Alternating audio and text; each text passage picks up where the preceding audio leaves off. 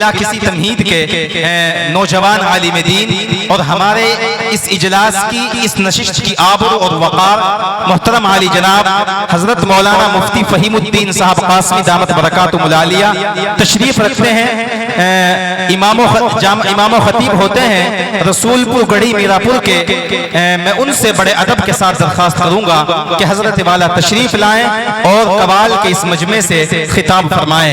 इस शेर के साथ हजरत का इस्तकबाल है कि कोई सूरज बनाता है कोई जुगनू बनाता है, कोई सूरज बनाता है कोई जुगनू बनाता है, मगर वैसा कहाँ बनता है जैसा तू बनाता है। हजरत मुफ्ती साहब तशरीफ लाएं और अपने बयान से सामईन को नवाजें। अल्हम्दुलिल्लाह अल्हम्दुलिल्लाह नहमदुहु व नस्तईनुहु व नस्तगफिरुहु व नु'मिनु बिही व नतवक्कलु अलैहि व नऊज़ु बिल्लाहि मिन शुरूरि अनफुसिना व मिन सय्यिआति अमालिना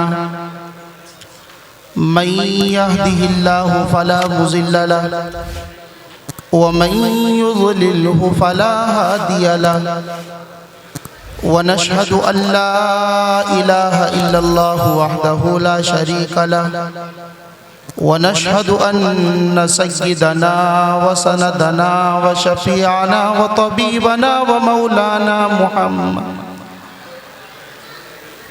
अरसलहु बिलहक़्क़ि बशीरन व नज़ीरा व दाइयन इलल्लाहि बिइज़्निहि व सिराजम मुनीरा। अम्मा बादु फ़अऊज़ु बिल्लाहि मिनश शैतानिर रजीम। ला यअतीहिल बातिलु मिन बैनि यदैहि वला मिन खल्फिहि तंज़ीलुम मिन हकीमिन हमीद। वक़ाल नबी सल्लल्लाहु अलैहि वसल्लम इन्नल्लाह यरफ़उ बिहाज़ल किताबि अक़वामा व यज़अु बिही आख़रीन। औ कमा क़ाल सल्लल्लाहु अलैहि वसल्लम।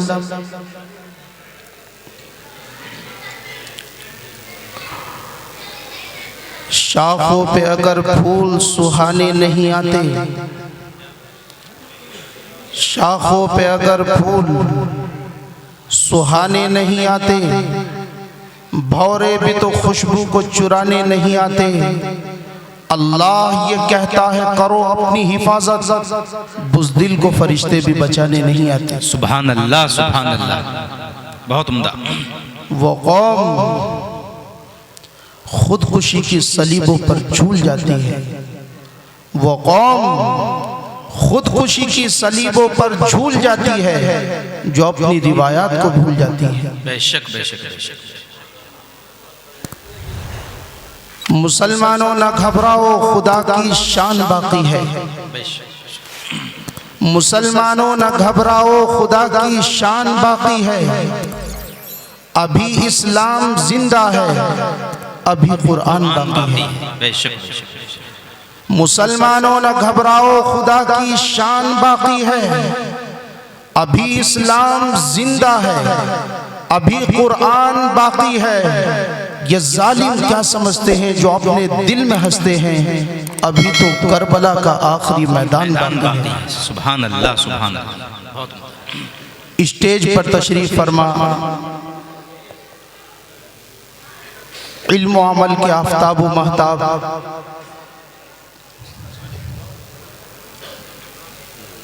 और शुआरा की दुनिया के शहपारे और महपारे स्टेज पर जलवा फरोज है। और मेरे सामने बस्ती से और कुर्बो जवार के गांवों से तशरीफ लाने वाले जिंदा दिल मुसलमानों, मुझे ज्यादा लंबी चौड़ी गुफ्तगू आप हजरात के सामने नहीं करनी। चंद लम्हों में और मिनटों में मैं अपनी बात को खत्म कर दूंगा। क़ब्ल इसके कि मैं अपनी बात शुरू करूं,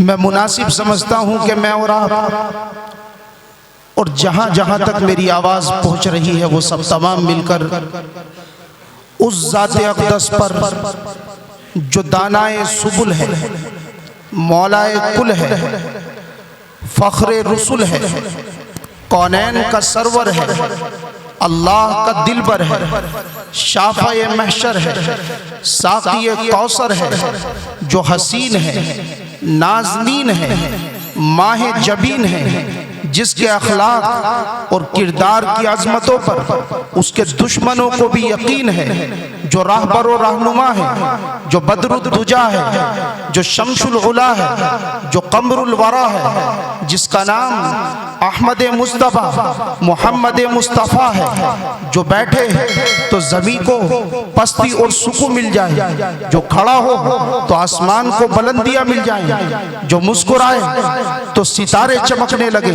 जो बोले तो बुलबुले चहकने लगे, जिसकी खुशी से जन्नत मचलने लगे, जिसके गुस्से से जहन्नम उबलने लगे, जिसके माथे की चमक से सुबह सवेरा हासिल करे और जिसकी जुल्फों से रात अंधेरे की स्याही मांगे, उस मोहसिन इंसानियत पर बावाज़े बुलंद दिल की अतः गहराइयों के साथ इश्क व मोहब्बत में डूबकर नजराने दुरूद व सलाम पेश करें। अल्लाहुम्मा सल्ली अला मुहम्मद व अला आलि मुहम्मद कमा सल्लैता अला इब्राहीम व अला आलि इब्राहीम इन्नका हमीदुम मजीद।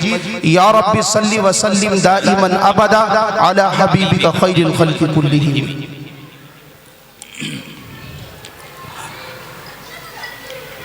आज अगर हम पूरी दुनिया पर निगाह डालें, मशरिक से लेकर मगरिब तक तमाम जहान का अगर जायजा लें तो हमें आज भी पूरी दुनिया उसी तरह जिहालत के दलदल में धसी नजर आती है जिस तरह कुरान की आमद से पहले थी।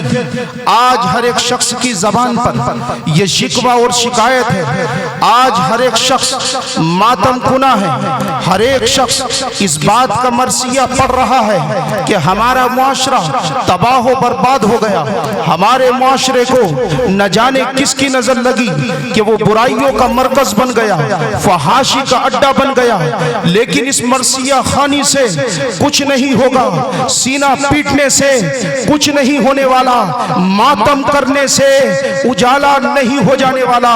अगर आज भी पूरी उम्मत मुस्लिमा ये चाहती है, मैं और आप ये चाहते हैं कि हमारी तमाम परेशानियों का हल हो और हमारा बिगड़ा मुआशरा सुधर जाए, तो हमें आज भी उस पैगाम और ऐलान को सुनना होगा जो आज से 1450 बरस पहले फारा की चोटियों पर कुरान मुकद्दस ने दिया था कि जो कौम मुझे अपनी ज़बां पर सजाकर, अपने सीने से लगाकर दिल की दुनिया में बसाकर उठेगी और मेरी अहकामात को अपनी जिंदगी में लाएगी, मैं उसे दुनिया की हुक्मरानी भी अता करूंगा और दुनिया में जिंदगी गुजारने का पाकीज़ा तरीका भी अता करूंगा। कुरान मुकद्दस जिसकी निस्बत पर आप और हम यहां आए हैं, ये जब इस दुनिया में नहीं आया था तो रुए जमीन की क्या सूरत हाल थी, वो जरा कुछ लम्हों में सुन लीजिए। कुरान जब इस दुनिया में नहीं आया था, माए अपने बेटों की गुलाम और उनकी हवस का शिकार हो जाती, बहनों की आबरू बचाने वाला रोए जमीन पर कोई नजर नहीं आता, बल्कि बहनें खुद अपने भाई के हाथों उनकी हवस का शिकार होती और रुस्वा हो जाती। वो काबतुल्लाह जहां आज हजारों नहीं बल्कि लाखों फर्जंदाने तौहीद अपनी जबानों पर लब्बैक अल्लाहुम्मा लब्बैक ला शरीका लक लब्बैक का तराना गुनगुनाते हुए उसका तवाफ करते हैं और लिबास इश्क व मोहब्बत में एहराम की शक्ल में अपने जिस्म को लपेटकर अपने सजदों से जिस सरजमीन को आबाद करते हैं, कुरान की आमद से पहले एक जमाना इस दुनिया में ऐसा आया कि जब पूरी दुनिया पर इब्लीस के चेलों का कब्जा हो चुका था, हत्ता के उस काबतुल्लाह पर भी इब्लीस की जुर्रियत का कब्जा हो चुका था और वहां भी 360 बुतों को रख दिया गया था जिनकी सुबह शाम पूजा की जाती, जिनके सामने सरे नियाज खम किया जाता। और उस काबतुल्लाह के अंदर जो हमारे दिलों की धड़कन है, जो मुसलमानों को अपनी जान लहू के कतरों से ज्यादा अजीज है, उसका तवाफ मर्द औरत बरहना होकर नंगे बदन होकर किया करते थे। सारी दुनिया पर जंगल राज कायम था और वो इस अमल को इबादत तसव्वुर किया करके करते थे। जब कुरान इस दुनिया में नहीं आया था तो जिहालत लोगों के सर चढ़कर बोल रही थी। एक बाप अपनी मासूम बेटी को कत्ल करता, उसको अपने हाथ अपने साथ ले जाकर जंगल ले जाता, अपने हाथों से गड़ा खोदता, गड़ा खोदते हुए जब इस जालिम के माथे पर पसीना आता तो ये बेटी जो अपने बाप को बाप समझती थी, अपने नन्हे आंचल से उसके पसीने को पूछती, गड़ा खोदते हुए जब उसके कपड़ों पर मिट्टी लगती तो अपने नन्हे हाथों से उसकी मिट्टी को साफ करती। जब इस बच्ची को यह एहसास होता कि मेरा बाप गड़ा खोदने की वजह से प्यास से दो चार हुआ होगा तो अपने हाथ में कटोरा लेकर पानी पेश करती। ये मासूम नहीं जानती थी कि ये तेरा बाप नहीं है, ये शेर से बढ़कर दरिंदा है, ये सांप से ज्यादा जहरीला है। ये गढ़ा किसी और के लिए नहीं, तेरे लिए खुद रहा है। चंद लम्हों के बाद तेरे सीने पर इस जालिम का पैर होगा और तू मरोमन मिट्टी के नीचे दफन कर दी जाएगी। यही होता जब गढ़ा खुद कर तैयार हो जाता तो ये जालिम बाप अपनी उस बच्ची को उस गड्ढे में गिरा देता और मिट्टी डालना शुरू कर देता। कुछ देर तक तो वो बच्ची इसको खेल समझती, ये मिट्टी डालता और वो मिट्टी को उठाकर अपने सर के ऊपर डाल लेती। लेकिन जब ये जालिम बाप जुल्म की तमाम हदों को पार करते हुए और सफाकियत की तमाम सीमाओं को लांघते हुए अपना जोर आवर पैर उस मासूम की पसलियों पर रखता और मिट्टी डालना शुरू करता और उस बच्ची का दम घुटता, उसकी सांसें उखड़ती, उसकी आंखें फट जाती, अपने हाथों को छोड़कर वो या अबा था की सदा लगाती और कहती, मेरे अब्बा जान मेरा कसूर तो बताइए, मेरा जुर्म तो बताइए, मैंने इस जमीन पर कौन सा गुनाह किया है? आप मुझे अगर मेरी परवरिश को लेकर परेशान है तो छोड़ दीजिए मुझे इस सहरा में। मैं दरख्तों के पत्तों को खाकर और जमीन से उगने वाली घास को खाकर अपनी जिंदगी गुजार लूंगी, आपके घर मैं कभी ना आऊंगी। लेकिन उस बच्ची की इन बातों का कोई जवाब न दिया जाता और उस जंगल में जहां सांप बिच्छू को जीने का हक था, जहां शेर और चीते को जीने का हक था, उस बच्ची को जीने का हक न दिया जाता सिवाय इसके कि उसकी चीखों को हजारों मन मिट्टी के नीचे दफन कर दिया जाता। जमीन कराहती, आसमान खून के आंसू रोता, दरख्तों के पत्ते अल्लाह से फरियाद करते, ऐ मौला जमीन के ऊपर कोई समाज सुधारक भेज दे। लेकिन क्या था, कौन उस बच्ची की आवाज को सुनता, कौन उसकी सदा पर लब्बैक कहता? क्योंकि कैसर जो रूम का बादशाह था वो शराब के जाम पीने में और औरतों की जुल्फों से खेलने में मस्त था, तो वहीं ईरान का किस्रा अपनी फौजों को लड़ाने में और मुल्क हथियाने में लगा हुआ था। ऐसे में जब ये पूरी रुए जमीन मजलूमों की चीखों से, बेबसों की आहों से और मासूम बच्चियों की चीखों से भर चुकी थी, और दुनिया में कोई उनको इंसाफ दिलाने वाला न था।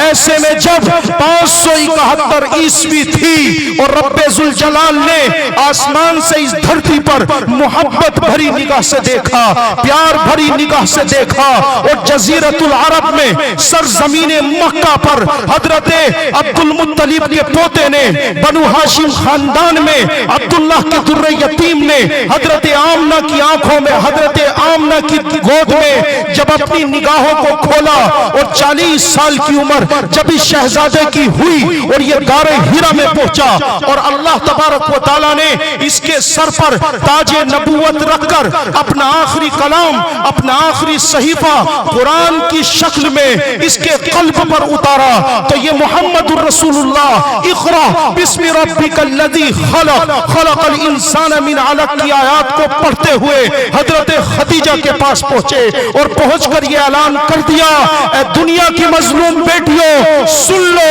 मैं आ गया हूं तुम्हारा वाली बनकर। आज के बाद कोई तेरे ऊपर जुल्म नहीं करेगा, तुझे जीने का हक दिया जाएगा। और आज के बाद अगर किसी ने अपनी बेटी को कत्ल किया तो मोहम्मद रसूलुल्लाह उससे इंतकाम लेगा। नबी का यह कहना था कि अल्लाह ने कुरान में इसको कानून बना दिया और कहा ला तक़्तुलू औलादकुम मिन खशियत इमलाक, कि तुम अपनी बच्चियों को गुर्बत के डर से कत्ल ना करो। और एक दूसरी जगह पर कहा ला तक़्तुलू औलादकुम मिन इमलाक, कि अगर हकीकत में गुर्बत आ जाए तो भी कत्ल मत करो।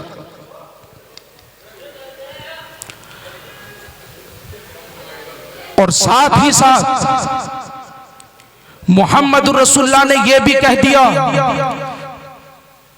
कि एक दिन कयामत लगेगी और अल्लाह तबारक व तआला उसमें अहकामुल हाकिमीन होगा, और वो बच्चियां जिनको जिंदा दरगोर कर दिया गया था अल्लाह उनको दोबारा जिंदा करेगा और उनको अपने सामने खड़ा करके पूछेगा वइदल मौऊदतु सुइलत बिअय्यि ज़ंबिन कुतिलत, कि तुम्हें किस जुर्म में कत्ल किया गया था।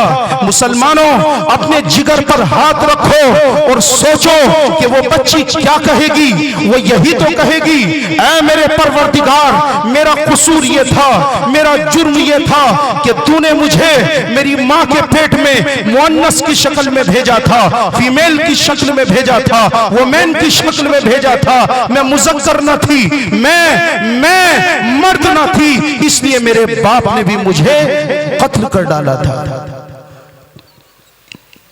अगर आज मैं आज के मुआशरे की तरफ लौटूं तो आज का हमारा मुआशरा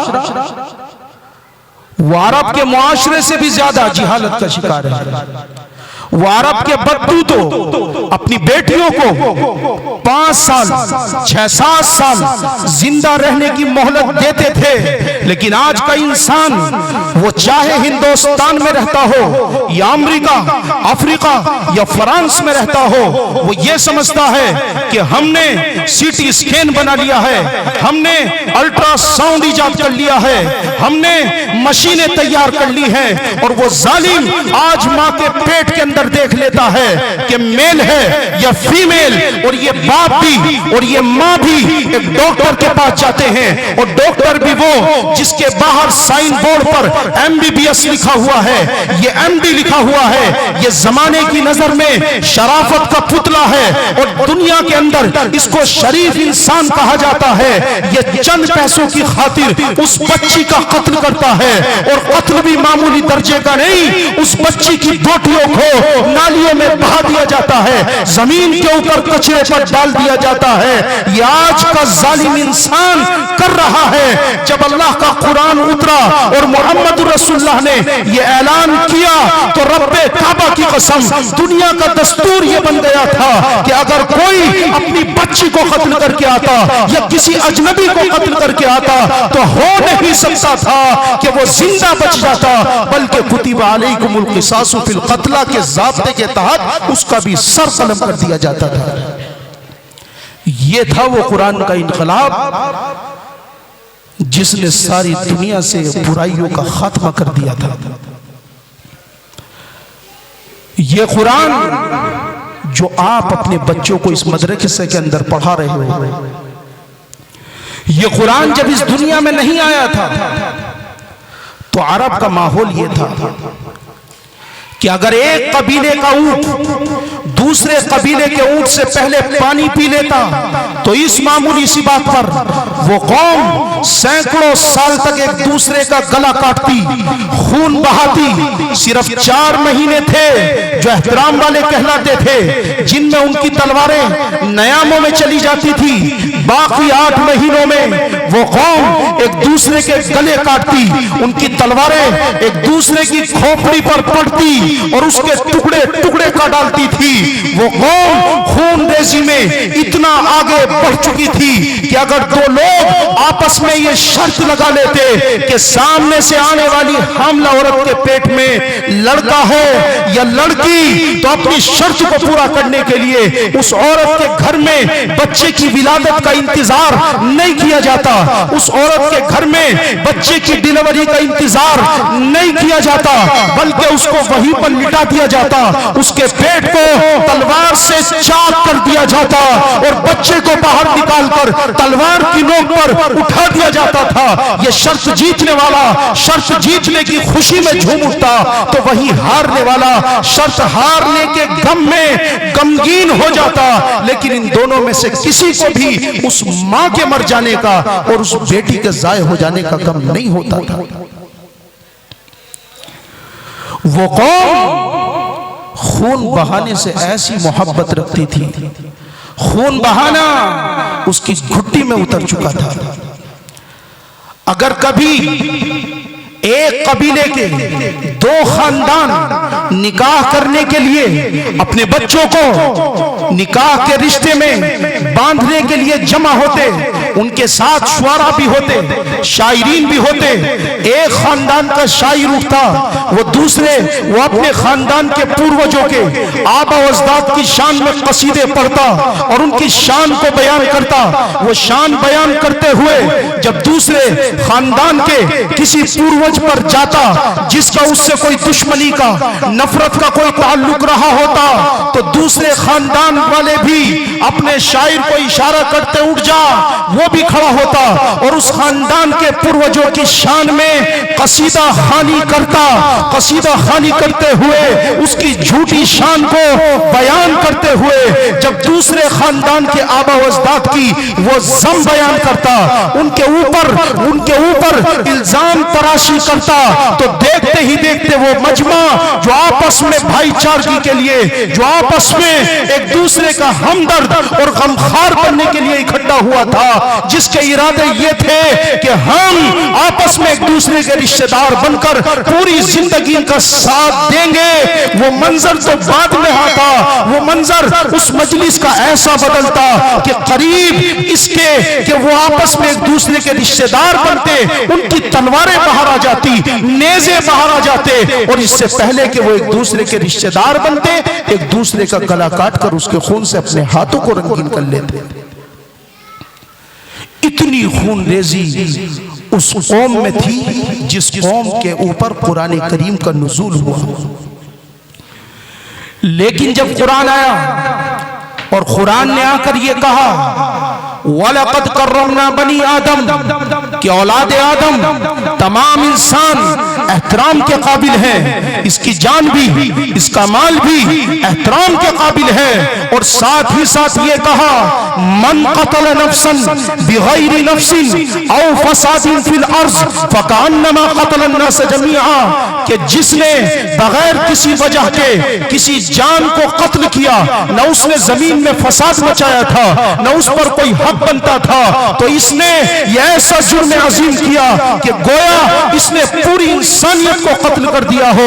वमन अहयाहा फकअन्नमा अहया अन्नास जमीआ, और जिसने एक जान को बचाया तो गोया ऐसा है कि उसने पूरी मानवता को, पूरी इंसानियत को बचा लिया हो। जब कुरान का ये आयत और कुरान की इस आयत का ये नगमा अरब के उन बद्दुओं के, उन खूनरेजी करने वालों के कान से टकरा कर उनके दिल की दुनिया पे दस्तक देता है, तो उनकी जिंदगी ऐसी बदलती है कि वो कौम जो एक दूसरे का गला काट रही थी, जो कौम एक दूसरे के खून से अपने हाथों को रंग रही थी वो ऐसी मुहज्जब कौम बनी और ऐसी इंसान बने कि अल्लाह ने उनको इंसानियत की मेराज पर पहुंचा दिया। और फिर उनको किसी को तकलीफ देना तो बहुत दूर की बात, तलवार उठाना, खंजर उठाना तो दूर की बात, फिर उन्हें यह भी बर्दाश्त नहीं होता था कि हमारे पैरों की तकलीफ भी किसी को पहुंचे।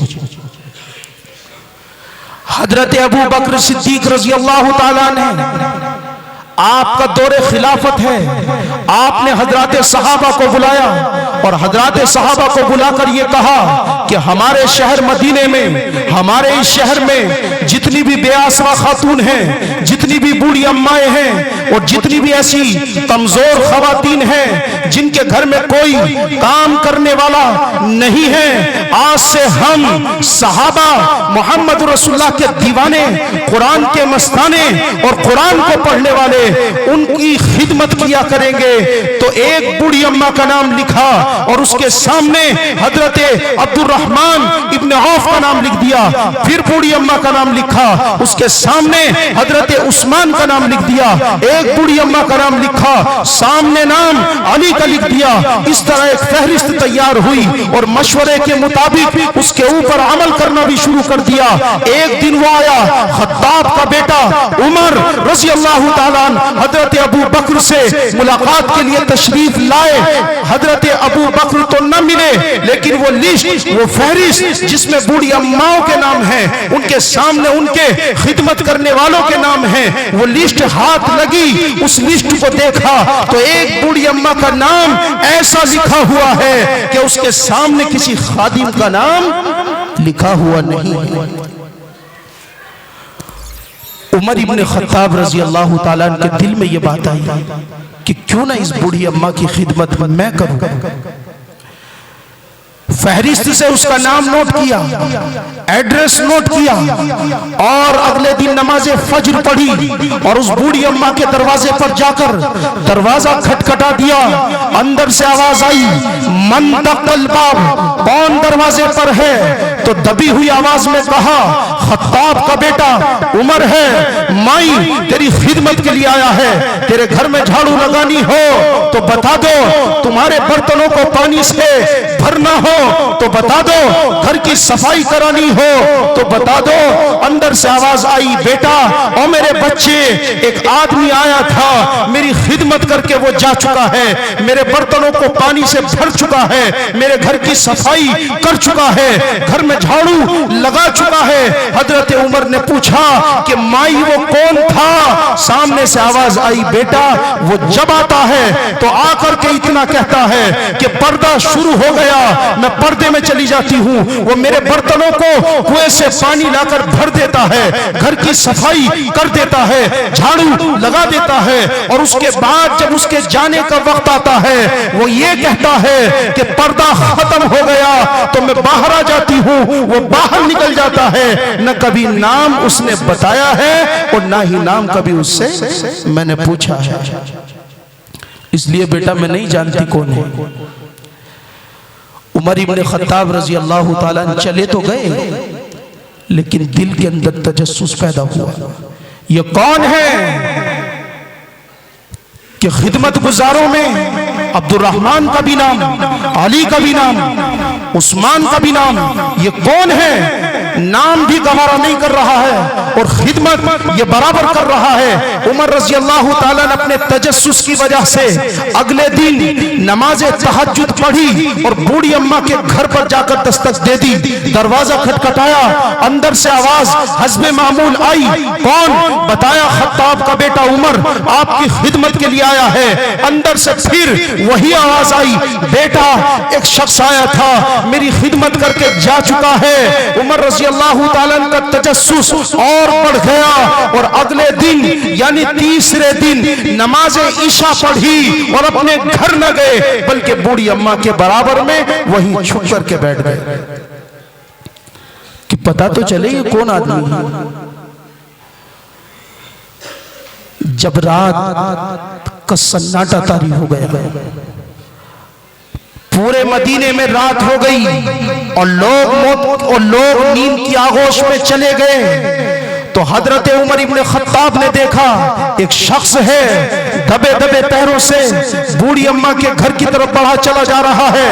खत्ताब का बेटा उमर रज़ी अल्लाह ताला खड़ा हुआ और उसके पीछे चला और चल करके ये पूछा कि आप कौन हो? सामने से आवाज आई, अबू कुहाफा का बेटा अबू बकर हूं, हजरत उमर इब्ने खत्ताब है। जब देखा कि सामने कोई और नहीं, खलीफतुल मुस्लिमीन है, अमीरुल मोमिनीन है, मुसलमानों के हाकिम है और सल्तनत इस्लामिया के सरबराह हैं, तो आंख में आंसू आ गए। और जब नीचे को मुंह करके देखा तो पैर में जूते नहीं हैं, चप्पल नहीं है।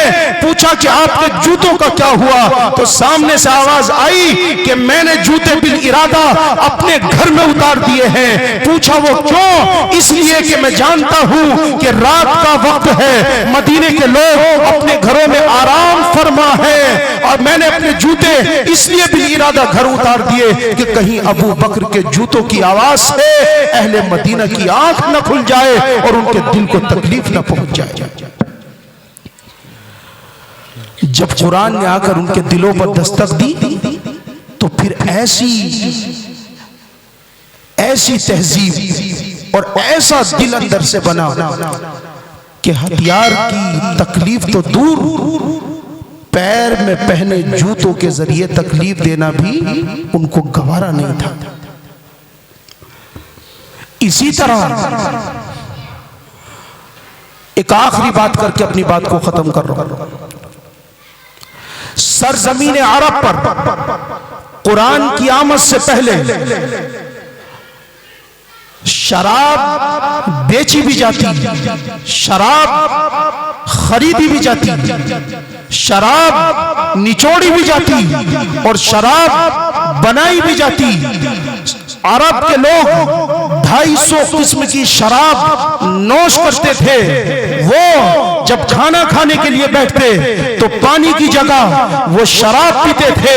लेकिन जब कुरान करीम की इस आयत ने आकर के उनके दिलों पर दस्तक दी, इन्नमल खम्रु वल मैसिरु वल अंसाबु वल अज़लामु रिजसुम मिन अमलि शैतान, सट्टा हराम, लॉटरी हराम, जुआ हराम, शराब हराम, फज्तनिबू, तुम इससे बच जाओ। इतना कहना था कि जिसके हाथ में जाम था उसने जाम तोड़ दिया, जिसके मुंह में थी उसने कुल्ली कर दी, जिसने हलक के अंदर उड़ेली हुई थी उसने 2 उंगली डालकर उसको बाहर निकाल दिया और अपने घर से शराब के मटके और शराब के बर्तन लाकर रास्ते में दे मारे। और मदीने की नालियों में, मदीने के रास्तों पर इतनी शराब बही कि मुफस्सिरीन ने लिखा है कि हमें यूं लगता था कि मदीने की गलियों में शराब का सैलाब आ गया हो।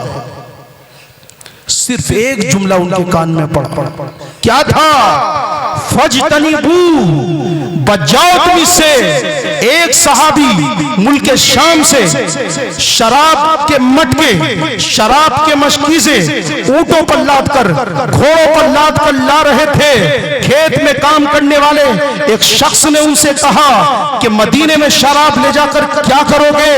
मदीने में शराब हराम हो चुकी है, मदीने के अंदर शराब सैलाब के पानी की तरह बह रही है, क्योंकि वो हमारी तरह न थे कि कुरान को पढ़ते भी चले जाएं, कुरान को सुनते भी चले जाएं और इलेक्शनों में अपने यहां शराब पिलाते भी चले जाएं। वो हमारी तरह न थे। जब सहाबी रसूल ने सुना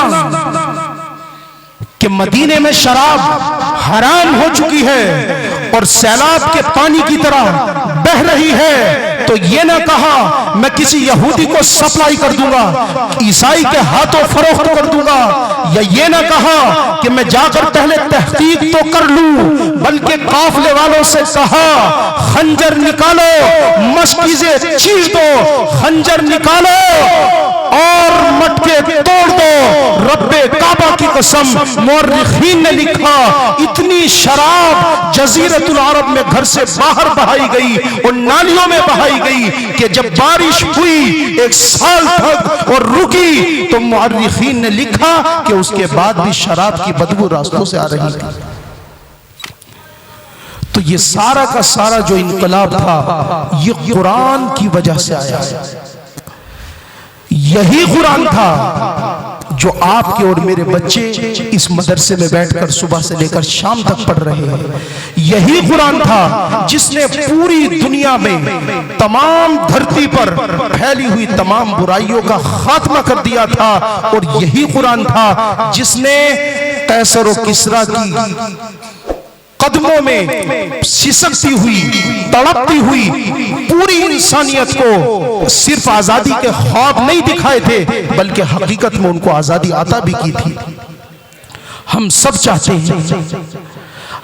चाहते हैं कि हमारा मुआशरा फिर से वैसा ही हो जाए, हमारा मुआशरा फिर से वैसा ही साफ सुथरा हो जाए। इसीलिए कहा जाता है पलट जा जानिबे मंजिल पलट जा, दुनिया आगे को बढ़ रही है तो 1450 साल पीछे को हट जा। अगर हमें अपने मुआशरे को सुधारना है तो हमें अब से 1450 साल पहले जाना होगा। जैसे उन्होंने कुरान को अपनी जबानों पर सजाया, अपने सीने से लगाया, दिल की दुनिया में बसाया, हमें भी उसी तरह कुरान को पढ़कर अपने सीने से लगाकर दिल की दुनिया में बसाकर और अमली तौर पर अपनी जिंदगी में उसको लागू करके अपनी जिंदगी को गुजारनी है। फिर देखिए हमारा ये पूरा मुआशरा हजरात सहाबा के दौर की तरह किस तरह साफ सुथरा हो। अल्लाह से दुआ कीजिए कि अल्लाह ताला हम सबको कुरान करीम पढ़ने की भी, कुरान करीम अपने बच्चों को पढ़ाने की भी और पढ़ने पढ़ाने वाले जगहों से और पढ़ने पढ़ाने वाले लोगों से अल्लाह ताला हम सबको मोहब्बत नसीब फरमाए और उनका दस्तो बाजू बनने की तौफीक अता फरमाए और हर कदम पर उनके कदम से कदम मिलाकर चलने की अल्लाह हम सबको तौफीक अता फरमाए। व आखिरु दावाना अल्हम्दुलिल्लाहि रब्बिल आलमीन।